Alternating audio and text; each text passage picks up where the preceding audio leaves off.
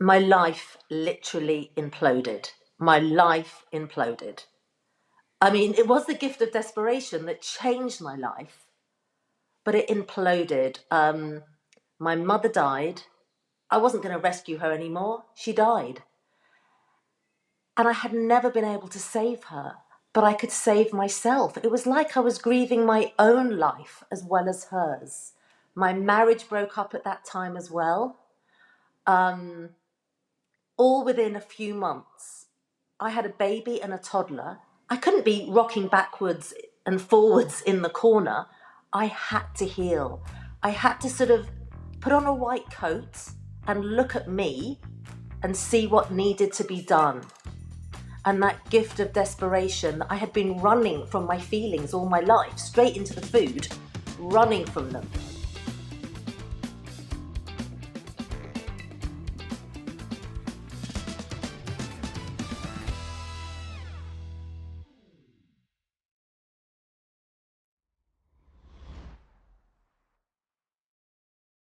What's up, everybody? Welcome back to A Matter of Speaking, a podcast for leading voices in the industries of health, wealth, relationships. We talk to people, we learn about their journey, coaches, speakers, professionals. So you yourself can hear from other people that have walked the path that you might want to walk. You might have a message in your heart. You might have a mastery in your mind. You might want to get it out to the world. Let's learn from other people to see how they did it and help you in your own journey. Or in this case, you might be going through your journey of weight loss. And that's what we're talking about today with Katy Landis, a little bit about her. Katy Landis is an Amazon best-selling author of Losing Weight is an Inside Job. She's a certified transformational nutrition coach. She helps people break free from self-sabotaging patterns by getting to the root of their behaviors and rewiring their relationship with food, life, themselves. Her approach blends neuroscience, emotional healing, and compassionate coaching to create lasting change. She's spoken at prisons, retreats, libraries, sports centers, festivals, recovering communities, conferences. It's incredible. And let me tell you something. I am not someone that struggles with weight often. So I came into this being like, what am I going to learn? What am I going to take away from it? It's a fascinating podcast. We really talk about the internal workings, whether you're going through a weight journey, whether you're a people pleaser, whether you have any other mental gymnastics you consistently drop into a negative routine in. This is a great podcast for you. She talks about really understanding that how things begin, and sometimes having those earth-shattering moments help you want to make a change. We talk about pausing. She got a great acronym of how we can pause and fully understand where our emotions are before we start making potential negative decisions for ourselves. She's just got a really interesting way of looking at the brain and how it works. So feel free, give it a watch. If you like it, subscribe, comment, let us know what you took away from it. And as always, this podcast is brought to you by LEADR, our company. If you have a message in your heart, mastery in your mind, and you're looking to get it out to the world, there's no place like LEADR. We help people get their message out to the world in an authentic, scalable way, helping over 750 people now land TEDx talks and other virtual speaking events, virtual and in stage around the world. I am one of those people. I speak not only at schools, but I landed and delivered my TEDx talk a few weeks back. It was incredible how prepared I was, like how ready I was for it, the power that I brought to that talk. And it was all thanks to LEADR and what we do. We also have programs to help you start and scale your online coaching and consulting business. If you're like, I wouldn't even know where to get started, that's what we're here for. If you're saying, hey, I wouldn't know how to scale this, that's what we're here for. So if you're interested in that, there's also a link in the description. You can watch a free webinar, talk with somebody on our team, see if it's right for you. But all that said, let's kick it over to me and Katy. What's up, everybody, and welcome back. A Matter of Speaking podcast. I am here today with Katy Landis, and we're going to be talking about health and relationships and the importance of intertwining the two. She is an author, she is a speaker, she is a course creator, and she's a coach, a transformational coach. And she's going to sound a little bit weird to you because she is from Georgia. So if you hear that accent, it is a Georgian accent. Katy, so nice to have you. Great to be here, Dylan. I've been working on my accent. I hope it sounds a bit more English now. Where are you at in the UK? I'm in Sussex. I was brought up in London, but I've moved to the country in Sussex. And anytime I talk with someone that's from the UK, your Premier team, are you a big Premier football fan? My son is a football. My husband is a football fan. I know nothing of football. You call it soccer, I think. Yeah, Yeah, yeah, yeah. We call it by the yeah. right It's term. always on in our house. Uh, I don't even understand it. I am so interested in this conversation today because we're going to obviously be talking about the weight loss journey, but we're also going to be talking about internal connections and external connections. You have a unique way of looking at weight loss, which we'll get into, and you've been voicing yourself on social. You speak. I always like to start with a simple question of you're a leading voice. You are talking about a message that is very unique. What does it mean to you to be a leading voice? I love that question, and it's so profound and deep. I think what it's not is just about being an expert. I think for me, it's going before the people that I'm going to help.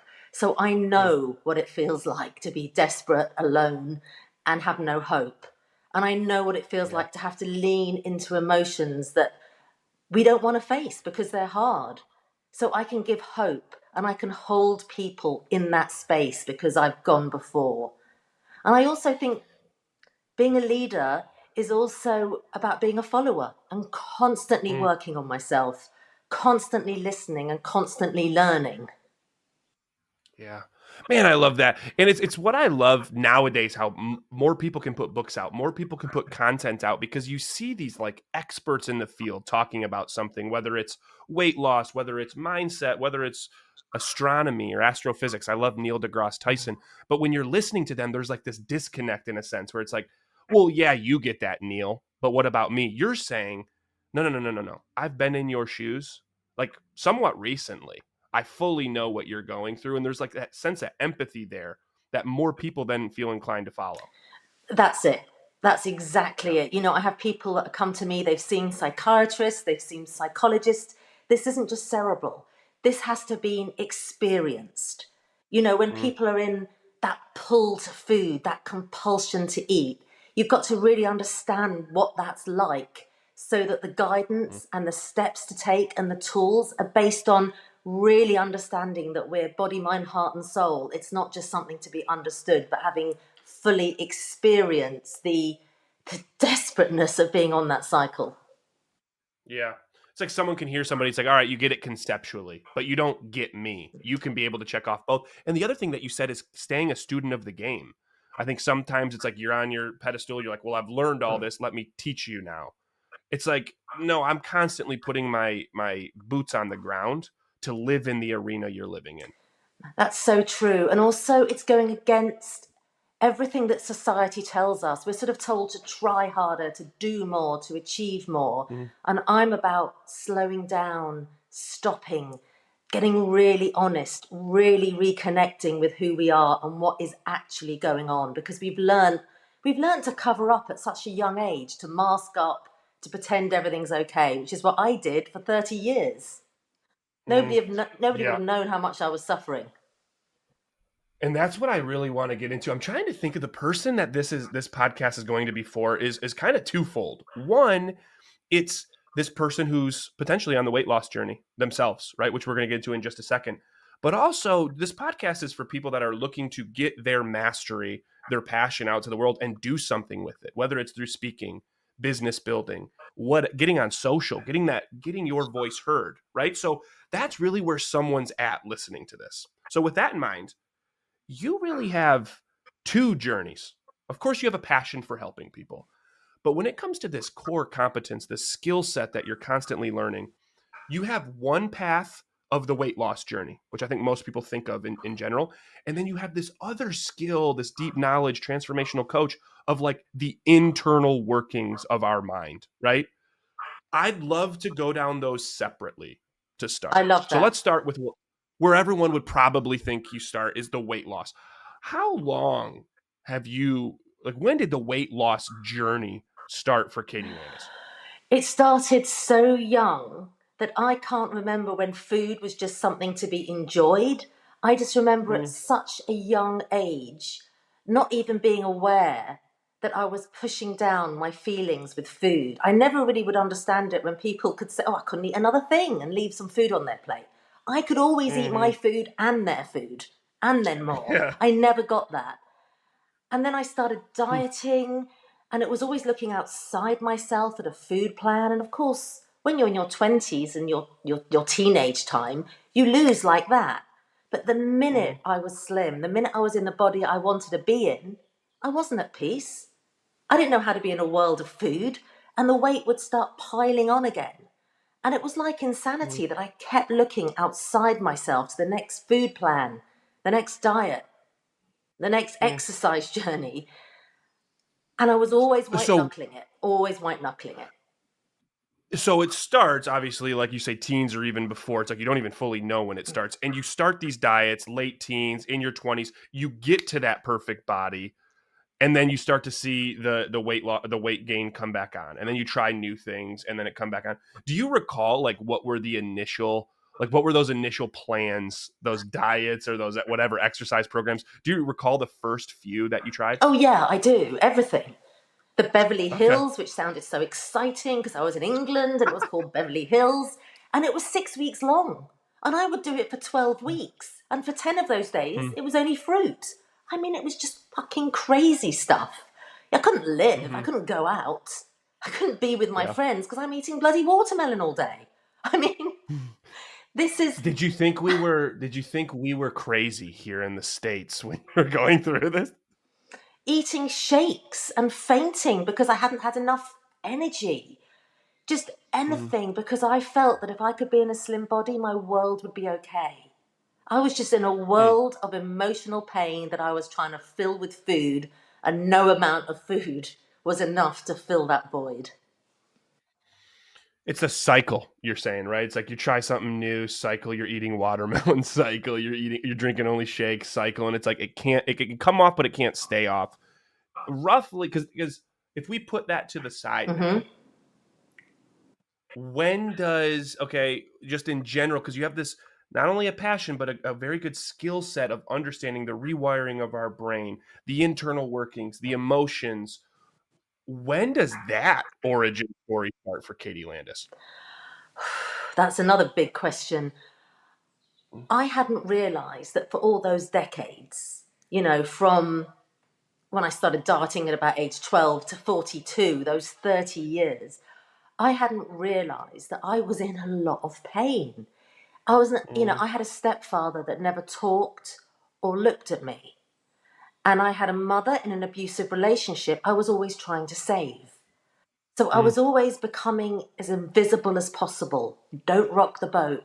What did I do with all of this emotion? Food was very handy because when you do eat, especially when you overeat, it does push down. It comforts while we digest. It pushes down the anxiety. It pushes down the stress momentarily while you're going crunch, crunch, mhm. crunch. The minute you finish, you're hit tenfold because then you hate yourself, blame yourself, think it's your fault, think that you don't have the discipline everybody else has, and that sends you back to the food. It's this desperate cycle. Hmm. I think that's super interesting because a lot of people think of the last thing that you said, of the cycle of, oh, I'm anxious, or oh, I'm in my head, or oh, I feel guilty, so I eat, and then I eat because I feel Mhm. guilty. You hear that all the time, right?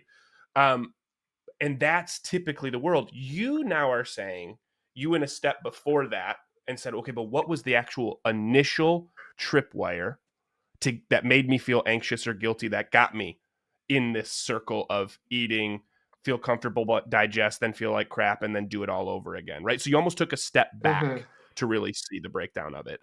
uh Another thing that you said, and I don't want to laugh because I want to bring light to it, right? But I also don't want to feel like I'm laughing at it. But it's for anyone that listening, you went through this for 30 30. years. Talk about the definition of insanity. I didn't Yeah. know there was a solution. I thought the solution was something outside of myself with the food. I Yeah. thought it was with the food. I had no idea that there was a solution by looking within at what was really going on with me. What was the root cause? Yeah. I mean, the way that I always break down 30 like years wise for people here in the States, that's almost 8 presidencies. That's one queenship for you, but that's almost 8 presidencies for us to go through, correct? Uh so before we figure out how it weaves in, what got you into the internal workings, the emotions? Like, was it because did it stem from your weight loss and gain journey, or did you just pick it up? My life literally imploded. My life imploded. I mean, it was the gift of desperation that changed my life, but it imploded. My mother died. I wasn't going to rescue her anymore. She died. Mhm. And I had never been able to save her, but I could save myself. It was like I was grieving my own life as well as hers. My marriage Hmm. broke up at that time as well. Um, all within a few months. I had a baby and a toddler. I couldn't be rocking backwards and forwards in the corner. I had to heal. I had to sort of put on a white coat and look at me and see what needed to be done. And that gift of desperation, I had been running from my feelings all my life, straight into the food, running from Hmm. them. It happened to be food for me. It can be other behaviors, self sabotaging behaviors for other people. That's what I had to look at, the root cause of why I'd always been running from feeling, because there was no room for me to feel as a child. And I carried on. I carried on as an adult with a survival technique that no longer served me. Hmm. Yeah, it's like, so it takes this earth-shattering event that happens for you to go, you know what? Let's go deeper. Let's not just look at the symptoms of my life, right? Where we're at. Lost mom, lost relationship, weight gain, weight loss. That would be like these symptoms. You said, hey, let's actually take a step back and let's understand how I'm viewing this relationship with my mom, how I'm viewing my relationship with food, where it originates from. And that's then what starts this journey you're on now. Exactly. That's exactly it. And just to say, not that we're here to talk about this, but I had 4 years having divorced my husband, not being with him. We Mhm. then got remarried and we've been back together for 13 years, having both gone through huge changes. So, I mean, miracles began to happen once I went on this journey. I was going to ask, like, first off, congratulations. That's amazing. And the house looks incredible, Nick. Um, how long did this take, let's say, for instance? Like, I want to bring this back to now. You're looking into your internal world, right? You're looking into these emotions. You're getting more clear. And you talk like rewiring, you talk about all this in the book, and but weight loss. So you bring this into your weight loss journey.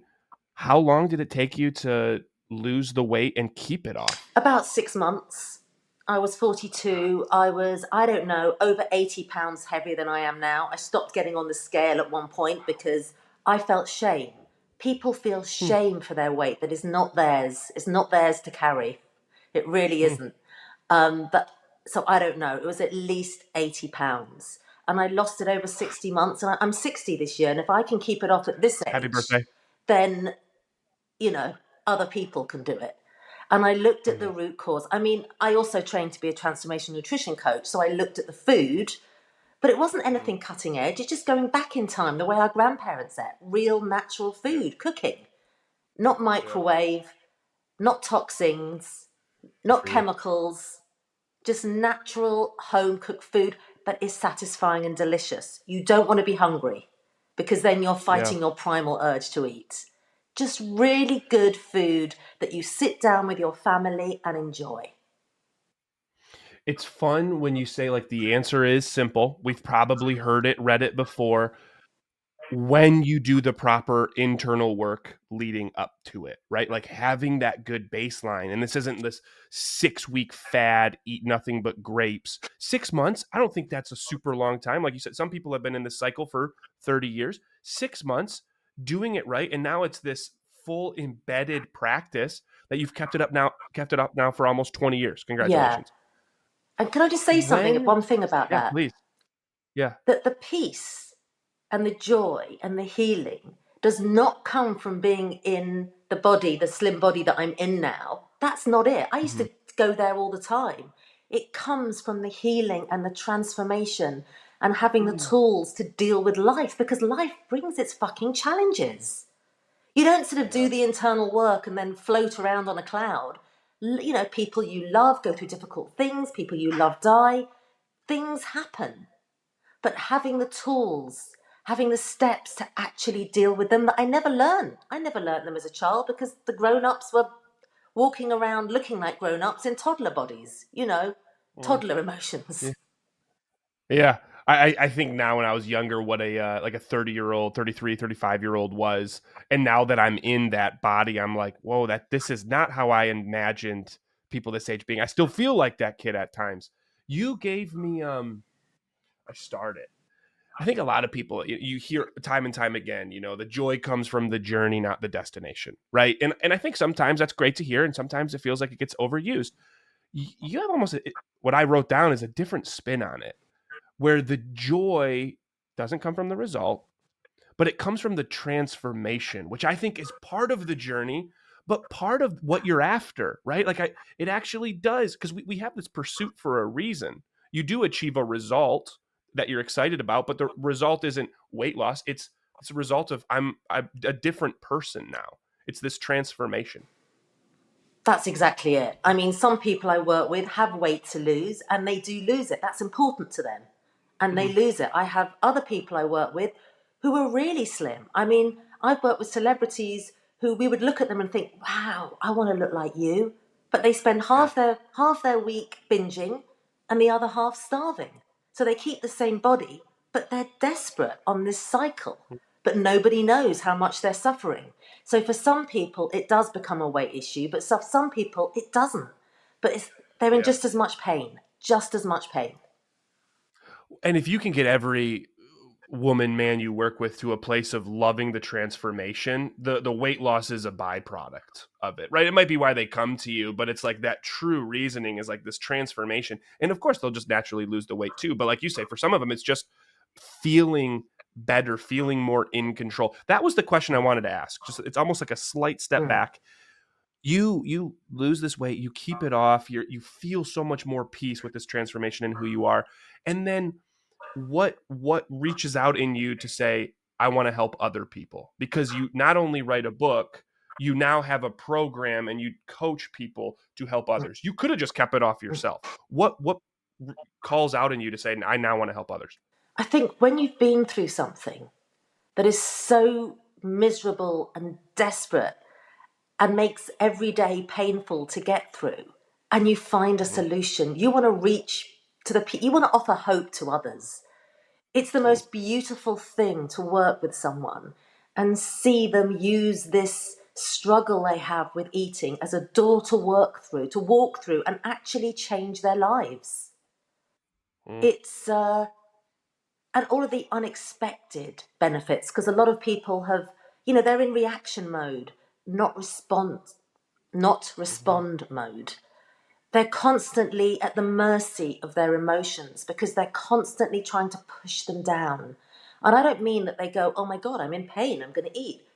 They don't know. They just suddenly find themselves face first in the fridge. They don't quite know how Mm-hmm. they got there because the body is so clever. It knows when you're beginning to feel uncomfortable and it wants to make you safe. So, what makes you safe? Momentary eating will numb and push it down. The body doesn't think, oh, I'm going to actually be hit with a tsunami of pain afterwards. It just wants to keep you safe because you've never learned to feel your feelings. And some people might have been brought up in homes like mine that were really dysfunctional, but others Mm-hmm. might just have been told, be a brave boy, be a good girl. Mm-hmm. Kids, I think you've got young kids, Dylan, they've got big, messy, big emotions and they need to express them. They Mm-hmm. need to hit boundaries. They need to learn to move through them and learn resilience. And if they're shut down all the time, it goes internally not knowing how to move through. So what happens? You never learn, whether it's No. food, alcohol, whatever. Mm-hmm. Wow. it's super enjoyable to hear something like this and be like, oh yeah, let my kid get to those boundaries, get to those limits so they understand it, because you start suppressing things now, it becomes that mental habit. And then, yeah, I was even thinking as you're talking, I'm like, I recall when I was growing up and I'm in the Taco Bell. Taco Bell is a I fast food know, chain I we have know. over here. I was just kidding. I'm in the Taco Bell drive-through being like, I before I order, I'm like, I am going to feel like shit later. I'm going to get heartburn later. What the hell am I doing? And then next thing you know, I'm telling them my order, right? I'm still doing it. It's so easy to get stuck in that. And that kind of like, so who is it then that comes to you for help typically? My last couple of clients, one is a 22-year-old girl, one is a 57-year-old man. So there's not like a Okay. typical age or sex, it is mostly women. But it's people Mm-hmm. who are in pain with their emotions and they've never been able to express them. Overeaters are often overthinkers, Hmm. overcarers, oversensitive. It's not someone who goes to Taco Bell and eats a bit much and puts on a few pounds. That's Mm-hmm. completely different. It's someone who is constantly thinking about food, constantly over or then under eating, constantly hating and blaming themselves and going back to the food. It's a it's a desperate cycle to be on. It really is. You talk about, because I follow you real quick. How do people follow you? Just so I know, like, how can people find you? It's on TikTok, Katy Landis overeating. Katy Landis, over what you see below her, overeating. Is there any underscore or just all All one one word? word. Katy Landis over. All one word. Because I started following you and I don't look at the handle anymore. Um, you talk about this. It's like, so it's people that they're like, hey, I've tried things. I get it, whatever, this, and this. I actually want to get in touch of where's this fully stemming from, where these emotions are coming from, and actually like have someone help me kind of like untangle this yarn that's in my mind and my I heart, love right? that. So you talk about in your videos, in your book, that because it all comes from this self-sabotage. It all comes from this like compulsion of like you're talking about right now. It's like, I need comfort. And it's like you don't even know and then you're in the refrigerator. What changes when that sabotage and that compulsion dissipates? First of all, I think when people come to me, they're pretty desperate. They really Mm-hmm. are. They really feel they Mm-hmm. can't go on like this. And they're always Mm-hmm. surprised that I say that's a wonderful place to be. That is the springboard for real change. Because they've never looked within, they've never felt their emotions, they've never truly looked at the grief they're carrying. It might be grief for their own childhood, all sorts of emotions. They've always learned to push them down. And it takes courage to actually Mm-hmm. feel them. And do you know what happens when you feel them? It's not that bad. It's not that bad. And then they have some understanding, some compassion, some love for themselves. So when you go into that fuck it mode, Mm-hmm. people have one biscuit, cookie, and then they have the whole packet. It's you go into Mm-hmm. fuck it. I'm going to have it all and I'll be good tomorrow. All the good stuff is going to happen in the future at some point in my life. But Mm-hmm. today, and that kind of fuck it mode is actually going, I don't care about myself. Hmm. And somewhere along the line, you'll usually find that people didn't care about them. And I'm not blaming parents. Parents have just been through this. They haven't got a blueprint. They don't know how to hold someone in an emotion that they've never been able to feel themselves. So it's not the parents' fault, but they've been shut down whenever they've shown emotion. Mm-hmm. And then they've often had to maybe look after the adults, make sure everything's running smoothly. So for them, when they begin to feel it's so unfamiliar, it feels really scary. And to be held in that space and go through it with compassion, with love, with understanding, not getting stuck in the past like a victim, but having curiosity and compassion and treating yourself as you would someone you love, with understanding and moving through it. Just consistently taking a step forward and moving through it. Man, because I was going to ask this question. Okay, like what does it feel like on the other side? And then my next thought is like, okay, then how do we get there? And I'm hearing the second one. Actually, I'm hearing more of like, how do we get there? Is you're with these people when they hit these moments of like you say, these fuck it moments. Oreos, I'm going this full packet of it. really taking a minute when you're right there in this moment where you're just kind of going to throw it all, screw my, future, but not current self, and actually be courageous and curious in that moment, right? How does someone, I mean, it sounds beautiful. How do you help someone tap into that, like in the moment though? Like what's one Well, practice? one practice is it's very difficult to say no, but anybody can Mm-hmm. press the pause button. You're going to have it, but just in 1 minute. All you have to do is press the pause button. We're just putting some space between the impulse to eat and the action of Mm-hmm. stuffing your face. That's all Mm-hmm. we're doing, a pause. And I just do the peace method. So you pause with the acronym of P. E, you name the emotion. So you just have to stop for a minute and go, what am I feeling? Am I feeling lonely? Am I feeling forgotten? Am I feeling unnoticed? And a lot of people don't know what they're feeling because they're not used to it. So you might have to put your hand on your body and listen to your body. Is my chest feeling heavy? Is my neck a bit tight? What am I feeling? Do you know what? I might be feeling a bit sad. Yes, I'm feeling sad. Just name it.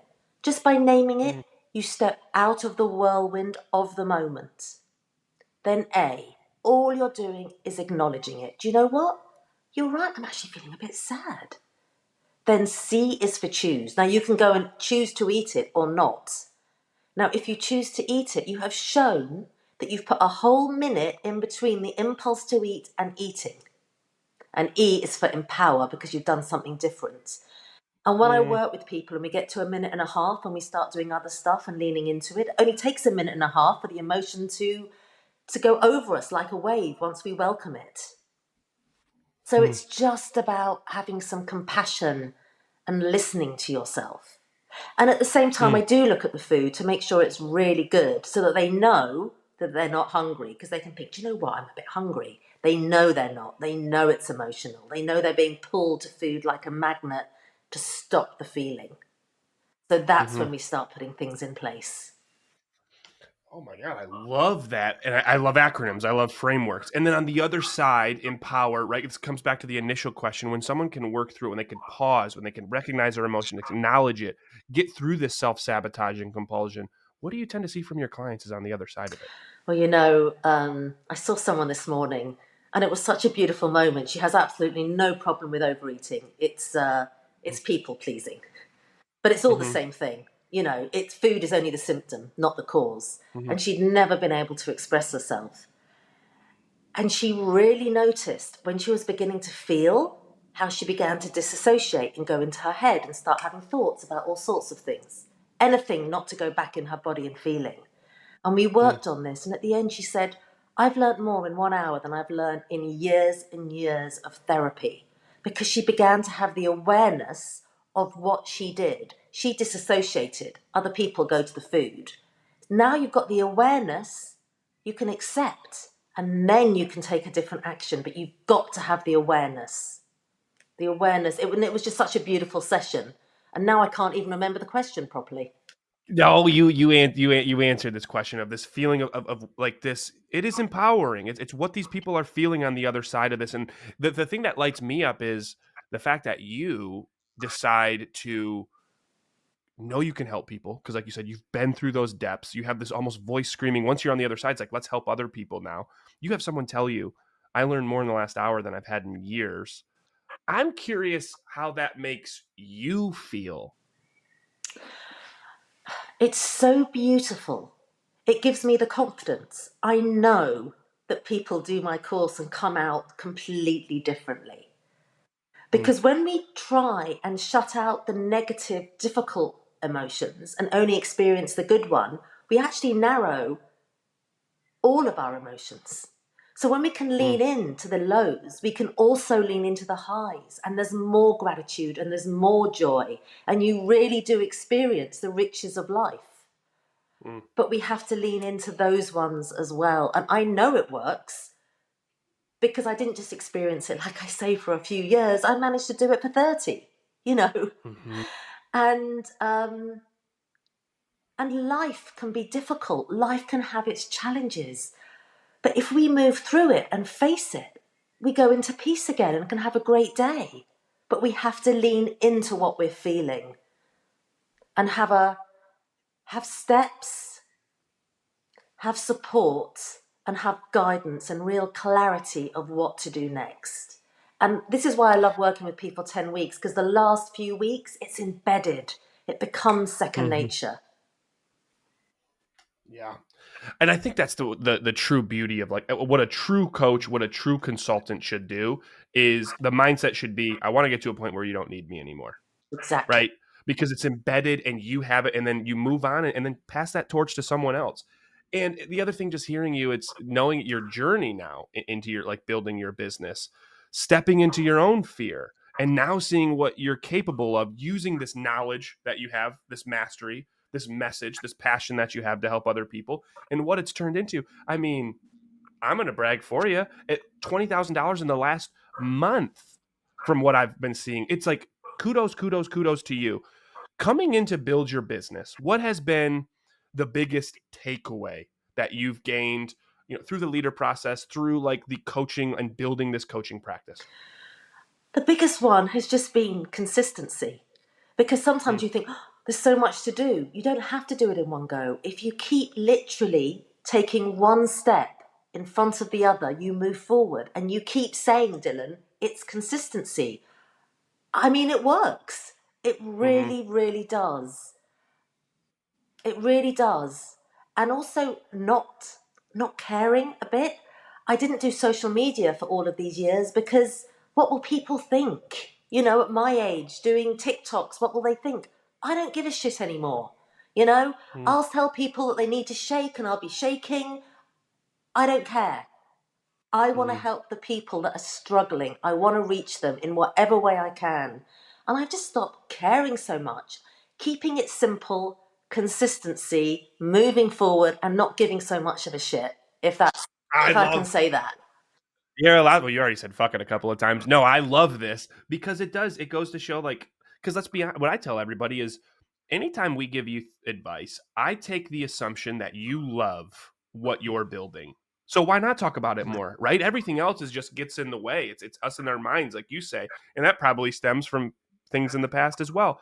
So coming in, not giving a shit because you love talking about this, and then number two, just staying consistent with it because you love talking about this. Exactly. And my people know what I'm talking about. You get the odd comment going, well, why would you eat if you're not hungry? My people know what it means to eat when you're not hungry. I don't Yeah. mind that they don't get it. I don't want them to get it. I'm not speaking to them. Yeah. Yeah, you're not my Yeah. people that I'm trying to reach. And with social now, has such a beautiful way of putting you in front of those people that get it.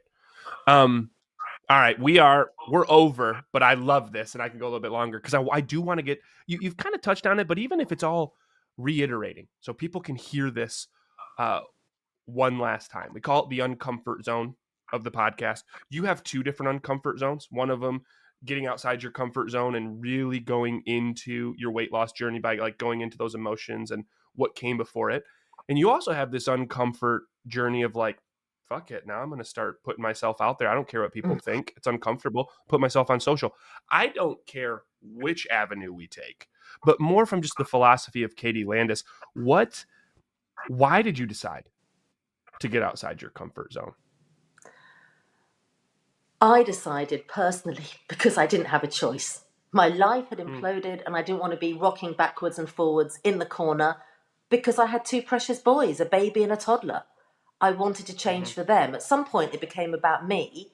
And it's mhm, interesting how many people I work with that don't want to pass on what they're experiencing to their children, because we all know children mm, learn not from what we tell them, but by what we do. So I learned by being pretty desperate. That's why I went mhm. outside my comfort zone. Yeah, two things I hear there. Sometimes it does take rock bottom, and that's not a bad thing. Like we've said a couple of times in here, these earth-shattering events are good if we and it shows us the courage we have. And then two, doing it for someone, even if to start you're doing it for someone else, and it's like, man, I want to be a great example to these kids. Now, second question: why do you? And this is ego hat off. I don't ever try to come from this place of Mm. judgment, but when you think of whether it's weight loss or whether you think it's someone that's like, man, I have a message just like Katy, and I want to get it out to the world. I just haven't yet. I haven't put myself on social. Why do you think most people don't get outside their comfort zones? Because it's familiar. The pain is pain, but it's a familiar pain. To feel like shit Mm, is pretty familiar. And you want to tell someone, if you don't change what you're doing every day, this is your life for the rest of your life. In fact, mm-hmm, it'll probably get worse. This is it.